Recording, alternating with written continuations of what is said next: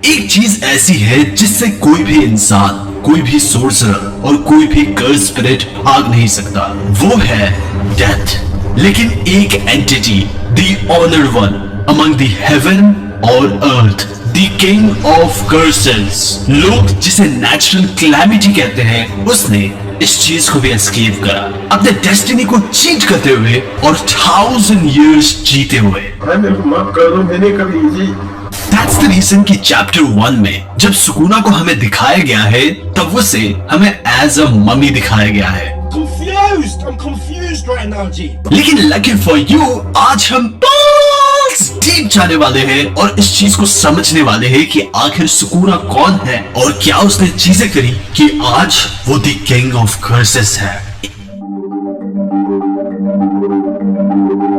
सुकूना ने जब अपने आप को एक कर्स ऑब्जेक्ट बनाया, ये कुछ ऐसा था जो कि तब के जमाने की हेनरा के सोर्सरर भी नहीं कर पाते थे। इनफैक्ट ये तब की बात चल रही है जब सोर्सरी अपने आप पे ही पीक पे थी और इस पीरियड को गोल्डन एज बुलाया जाता। इस चीज के बाद कहीं ना कहीं सुकूना पिनिकल बन गया था ऑफ एवोल्यूशन, सिंस उसने अपने बॉडी को मल्टीपल कर्स ऑब्जेक्ट में बांट लिया था ताकि वो 1000 and 1000 of years तक जी सके। इनफैक्ट ये नोटोरियस मोमेंट जहाँ पे यूजी सुकूना के फिंगर को खा जाता है, ये जस्ट एक रैंडम मोमेंट नहीं था, बल्कि ये सुकूना का केयरफुली एग्जीक्यूटेड एक प्लान था ताकि वो लेटर यूजी के बॉडी में रीइंकार्नेट हो सके। सुकूना ने अपने आप को कर्स ऑब्जेक्ट इसलिए भी बनाया हो सकता है क्योंकि उसे पता था कि कर्स ऑब्जेक्ट ये कुछ ऐसी चीजें हैं जो कि पावरफुल से पावरफुल सोर्सरर भी उसे डिस्ट्रॉय नहीं कर सकते। इनफैक्ट एंशिएंट ने यह भी कहा है कि सारे पास्ट के सोर्सरर किंचाकू के एग्रीमेंट से इसीलिए एग्री करते हैं क्योंकि वो इस चीज को कभी इमिटेट ही नहीं कर पाए जो सुकूना ने करा है,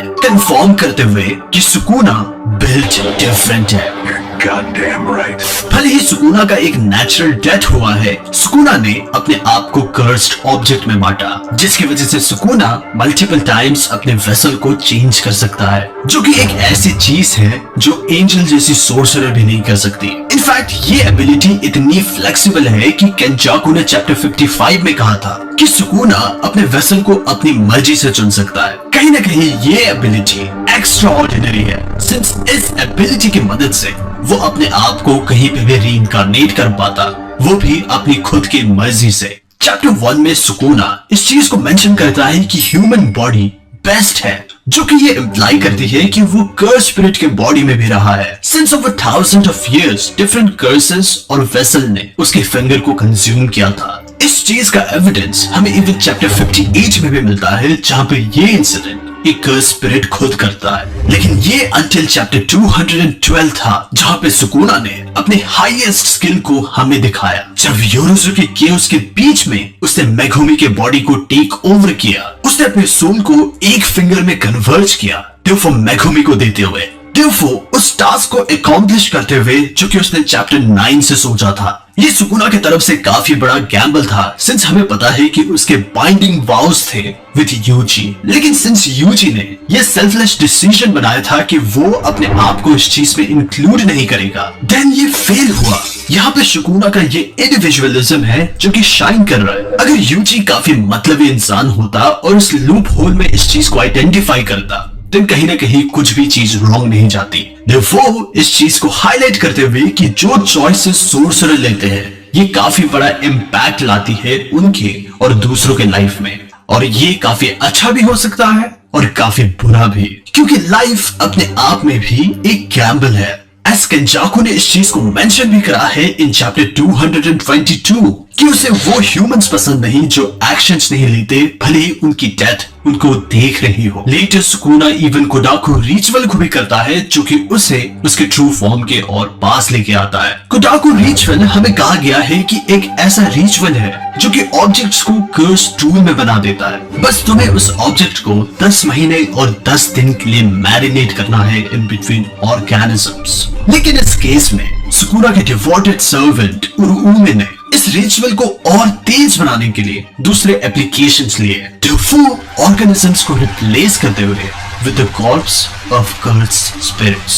As हमें पता है कि cursed spirit manifestation है of सारी चीजें जो कि negative और evil है. So जैसे cursed spirit सुकुना के फिंगर को खा के पावर ऑब्टेन करते हैं, वैसे ही सुकुना ने भी उनके कॉर्प्सेस को यूज करा ताकि वो अपने ट्रू फॉर्म के और पास आ सके. Therefore, अपने अंदर नेगेटिव एनर्जी को बढ़ाते हुए और मेखुमी को कंप्लीटली डार्क में लॉस्ट कराते हुए.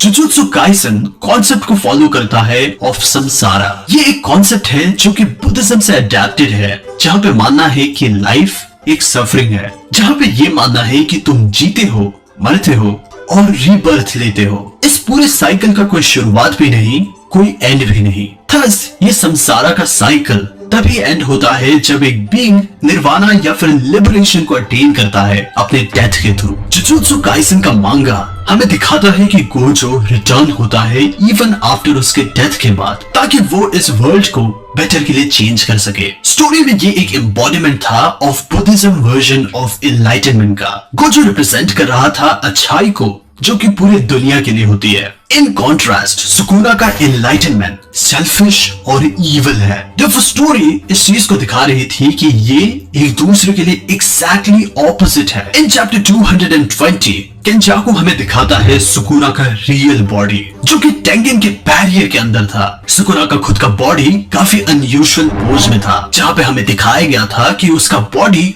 बुद्धिस्ट मेडिटेटिव पोज में है. ये काइंड ऑफ इंस्पायर है रियल मेडिटेटिव पोज से जिसका नाम है सोकुशिन बुत्सु. इन जापान ये एक प्रैक्टिस है जहाँ पे बुद्धिस्ट मॉन्क अपने बॉडी को एक हार्डेस्ट पेन के थ्रू गुजराते हैं, जिसे हमें कहा गया है एसेटिज्म, जहाँ पे एक मॉन्क अपने मटेरियल नीड और इवन खाने को भी छोड़ता है, लीड करते हुए उसके डेथ की तरफ. जब कोई मॉन्क इस ममिफिकेशन के थ्रू जाते हैं, उनका एक स्ट्रिक्ट डाइट होता है जिसे हम कहते हैं मोकुजी की, जिसका लिटरली मतलब आता है एक पेड़ को खाना. And ladies and gentleman, writer ने इस चीज का पहले ही हिंट दे दिया था. एज सुकुना का एक पार्ट ऑफ द फेस हमें काफी ज्यादा सिमिलर दिखाई देता है एक ट्री के. रियल लाइफ में जब कोई मॉन्क शोकोशिन बुत्सु को करता है, देन उसका मतलब ये है कि वो एक्चुअली ऊपर जाना चाहता है सीता हेवन में. सीता हेवन बुद्धिज्म में वन ऑफ द स्टेज है ऑफ हेवन जहाँ के रेसिडेंट 1.6 मिलियन ईयर्स तक जीते हैं, और कहा जाता है कि सीता हेवन के बाद तब होती है उनकी रीबर्थ. इस चीज का हिंट देते हुए कि आखिर क्यों सुकुना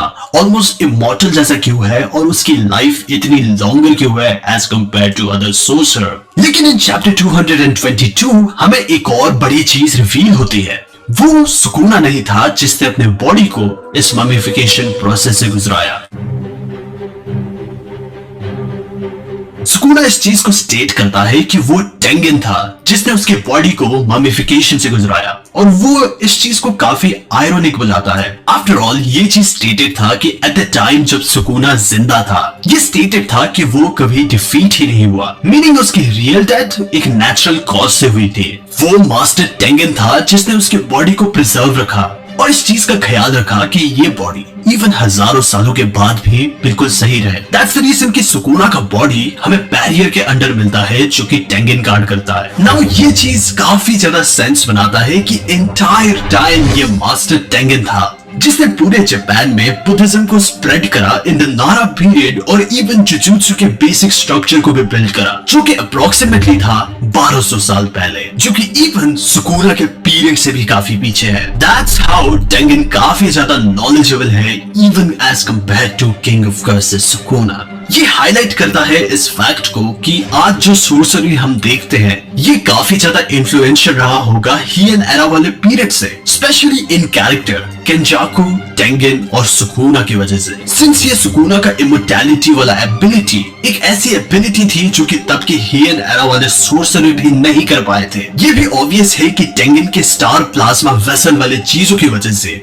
वो भी इन सारी चीजों को परफॉर्म नहीं कर पाई जो कि सुकुना कर बैठा, क्योंकि टेंगेन के पास इस चीज की कमी होती कि वो अपने खुद के वेसल को ना चुन पाती. दैट्स द रीजन कि उसने उसके बॉडी को प्रिजर्व करके रखा ताकि वो उस बॉडी को समझ सके. ये एक रीजन है जो कि केंजाकू बाद में समझ बैठा कि आखिर क्यों टेंगेन और सुकुना के फेस में इतनी सिमिलैरिटी क्यों है, क्योंकि टेंगेन ने उसे कहीं ना कहीं कॉपी करने का ट्राई करा है.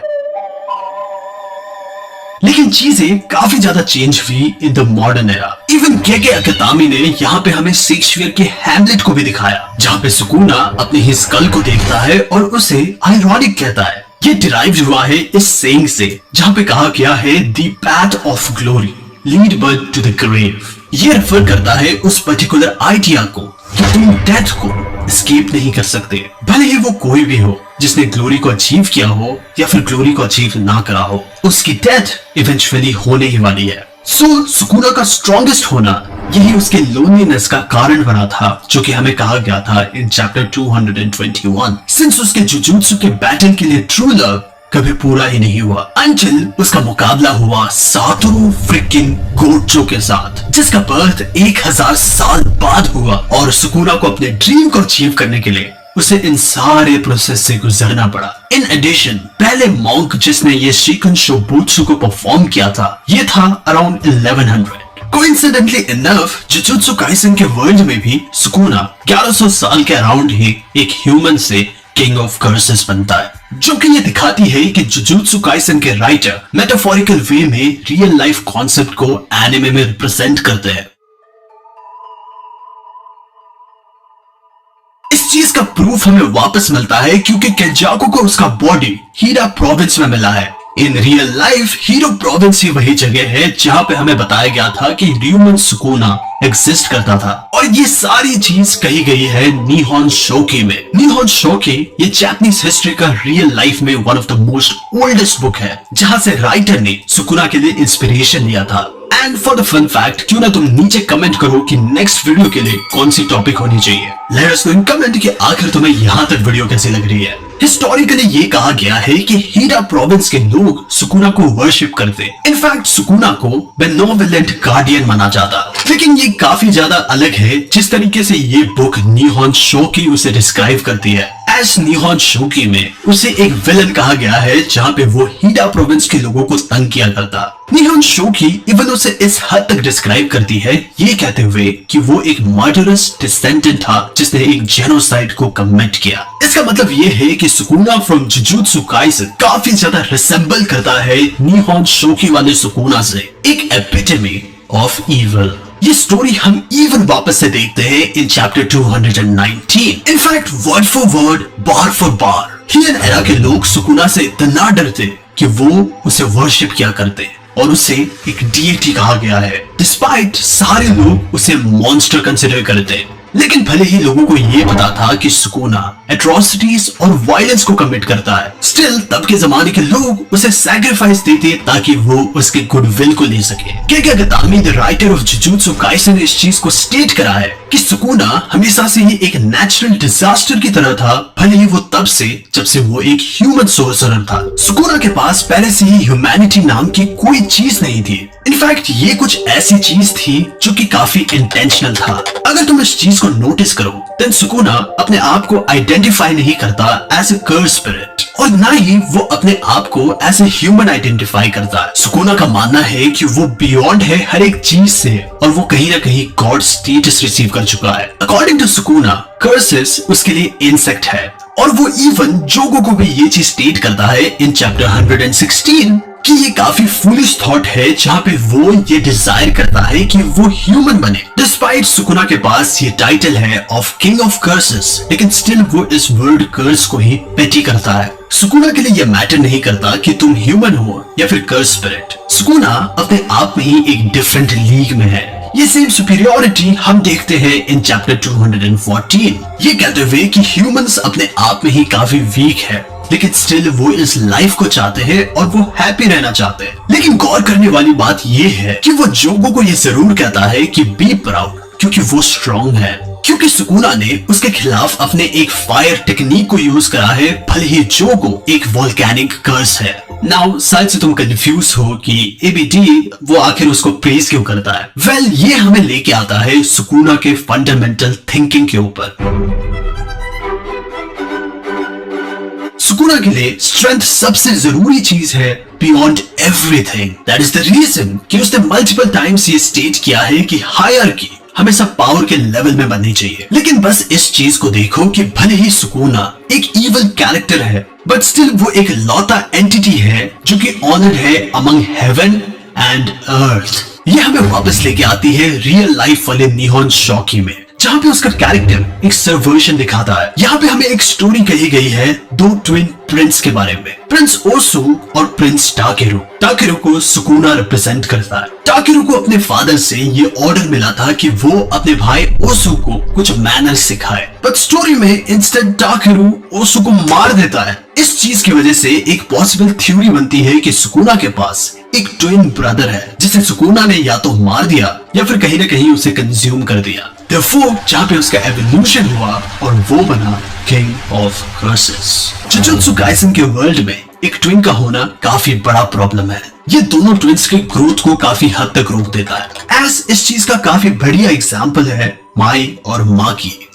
अगर सुकूना का एक और ट्विन था जो कि उसके ग्रोथ को रोक रहा था, ये आउट ऑफ कैरेक्टर नहीं होता कि वो उसे ही मार दे। ये ऑल्सो एक्सप्लेन करेगा कि आखिर क्यों उसके पास इतनी ग्रेट पावर्स है, मल्टीपल हैंड्स क्यों है, और एक डिजायर जहाँ पे वो ह्यूमन फ्लैश के लिए काफी ज्यादा तरसता है, जो कि उसने एंजल के साथ भी किया था जहाँ पे उसने उसके हाफ बॉडी को खाया। लेकिन ये ऑल्सो एक्सप्लेन कर सकता है सुकूना के लोनलीनेस को, जो कि एक ऐसी चीज हो सकती है जो योरोजू ने नोटिस करा। अपने सेल्फिश आइडियल्स और अपने स्ट्रेंथ के लिए उसने कहीं ना कहीं अपने ओन ब्रदर को खाया। ओनली पर्सन जो कि हो सकता है उसे सपोर्ट करता हो out of all odds. Chapter 1 से ही जुजुत्सु काइसेन का ये थीम रहा है कि आखिर तुम अपने लव के लिए कितना दूर जा सकते हो और आखिर तुम एक इंसान को किस हद तक प्रोटेक्ट कर सकते हो। लेकिन सुकूना का यही एक्शन और फिलॉसफी काफी ज्यादा डिफरेंट है than main character Yuji Itadori से।